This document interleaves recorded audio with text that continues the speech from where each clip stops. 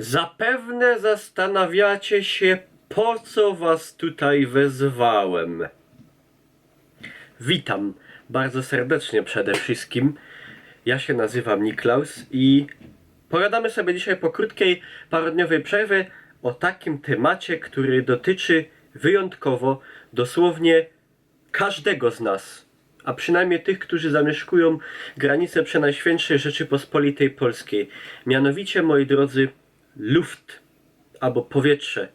A w zasadzie chodzi o tego powietrza zanieczyszczenie. To jest temat, o którym, o ile się żyje w tym kraju, można by było napisać pracę magisterską, a może nawet jakoś porządnie się habilitować. Także, moi drodzy, niestety nadchodzi taki czas zimowy, który wiąże się automatycznie z niską temperaturą powietrza, a co za tym idzie, sezonem tak zwanym grzewczym. No i niestety to jest właśnie coś, co ma wielki wpływ na to, jak wygląda to nasze polskie powietrze. A jak wygląda to polskie powietrze, to wydaje mi się, sami wiecie, wygląda tragicznie. Na tle innych krajów europejskich po prostu Polska jest takim, nie tylko Unii Europejskiej, ale w ogóle wszystkich krajów europejskich. Polska jest po prostu takim, można powiedzieć, czarną owcą i czarny nie jest tutaj kolorem przypadkowym, bo po prostu jakość powietrza w Polsce jest strasznie zła, a jak to się odbija na naszym zdrowiu, to nie jest to do odczucia w ciągu na przykład jednej zimy, dwóch, ale w perspektywie na przykład 10, 15, 20 lat, no po prostu idą za tym rozmaite choroby, nowotwory, choroby układu sercowego. Bardzo odczuwają to w pierwszej kolejności ludzie, którzy mają jakieś choroby typu na przykład jakieś astmy, odmy, problemy z oddychaniem, inne tego typu rzeczy. Przecież jeszcze tydzień, 2 tygodnie temu ja zastanawiałem się, z czego całymi dniami boli mnie głowa, i okazuje się nie z siedzenia cały dzień przed komputerem, tylko właśnie z tego, jakie mamy jakości w Polsce powietrza. Moi drodzy, polecam sobie to śledzić, bo żarty żartami, ale naprawdę, jak zaczyna boleć was głowa i odpluwacie ciemną, czarną substancję zamiast białej śliny, no to warto się zainteresować tym, jakie mamy powietrze, chociaż to przeważnie czuć. To czuć, bo często właśnie w tym okresie zimowym, tutaj przynajmniej w moim mieście rodzinnym, gdzie mieszkam w Bytomiu, kiedy otwiera się okno, żeby sobie, jak to się mówi, luftnąć trochę, czyli przewietrzyć na przykład mieszkanie, no to efekt tego wietrzenia jest taki, że po chwili po prostu w domu mamy atmosferę, jakby ktoś w pokoju obok palił stertę śmieci. A okazuje się po prostu, że to czyste powietrze zaciąga z placu, albo dworu, albo pola, albo jak tam wolicie. Polecam wam 2 strony internetowe. Jedna nazywa się Early, czyli AIRLY, to jest polska strona, a druga nazywa się Visual Earth, czyli Visual Earth. Na Visual Earth możemy sobie oglądać cały świat. Mamy całą kulę ziemską i na tej kuli ziemskiej wyszczególnione zanieczyszczenie powietrza, jeżeli chodzi o te pyły PM10 i PM2,5, przy czym pamiętajcie, że te 2,5 są groźniejsze, bo to jest po prostu tak jakby wielkość tych cząstek tego pyłu, no i logicznie im one drobniejsze, tym łatwiej dostają się do naszego organizmu i na przykład te PM2,5, no to łatwo przedostają się do płuc, stamtąd na przykład krwiobiegiem do serca i generalnie do wszystkich organów w całym naszym ciele, także te są szczególnie szkodliwe. Do wszystkich, a szczególnie, jak już powiedziałem, do osób, które na jakieś choroby na przykład układu oddechowego cierpią. Także tam sobie po prostu proponuję tą jakość powietrza naszego śledzić.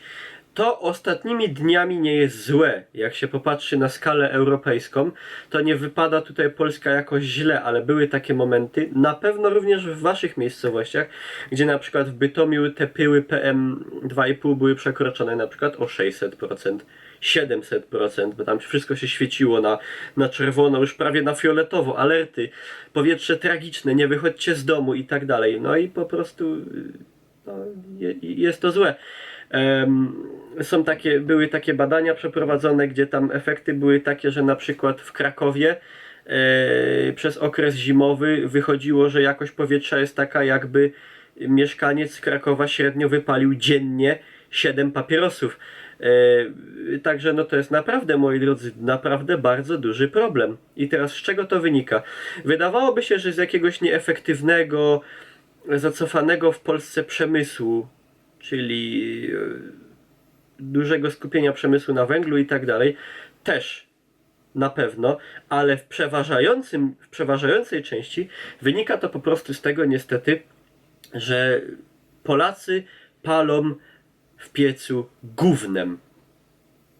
I to niestety często nie jest przenośnia, bo zdarzają się sytuacje, gdzie ludzie po prostu w piecach palą na przykład pieluchy od swoich dzieci, zamiast je wynieść do przewidzianych do tego pojemników, to palą w piecach pieluchy. Po prostu Polacy nagminnie w piecach palą śmieci. I ja już mówiłem, o ten temat to już nie jest, wiecie, pierwszyzna, to znaczy ten temat to w ogóle już jest aktualny w Polsce od dawna, tylko dopiero od nie tak dawna zaczęło się w tym kierunku robić jakieś badania. Także jak komuś by przyszło do głowy powiedzieć, a 20 lat temu tego nie było. Było, moi drodzy, było i 20, i 30, i 50 lat temu i było jeszcze o wiele, wiele gorzej niż teraz. Tylko po prostu nikt za bardzo badaniem tego się nie zajmował. I nie mówcie mi, że te badania i te wskaźniki i to wszystko to jest spisek zachodnich korporacji i przedsiębiorstw, które zazdroszczą Polsce wielkich pokładów węgla, bo już coś takiego czytałem. Błagam was, bo mi po prostu witki mi opadli, jak to się mówi.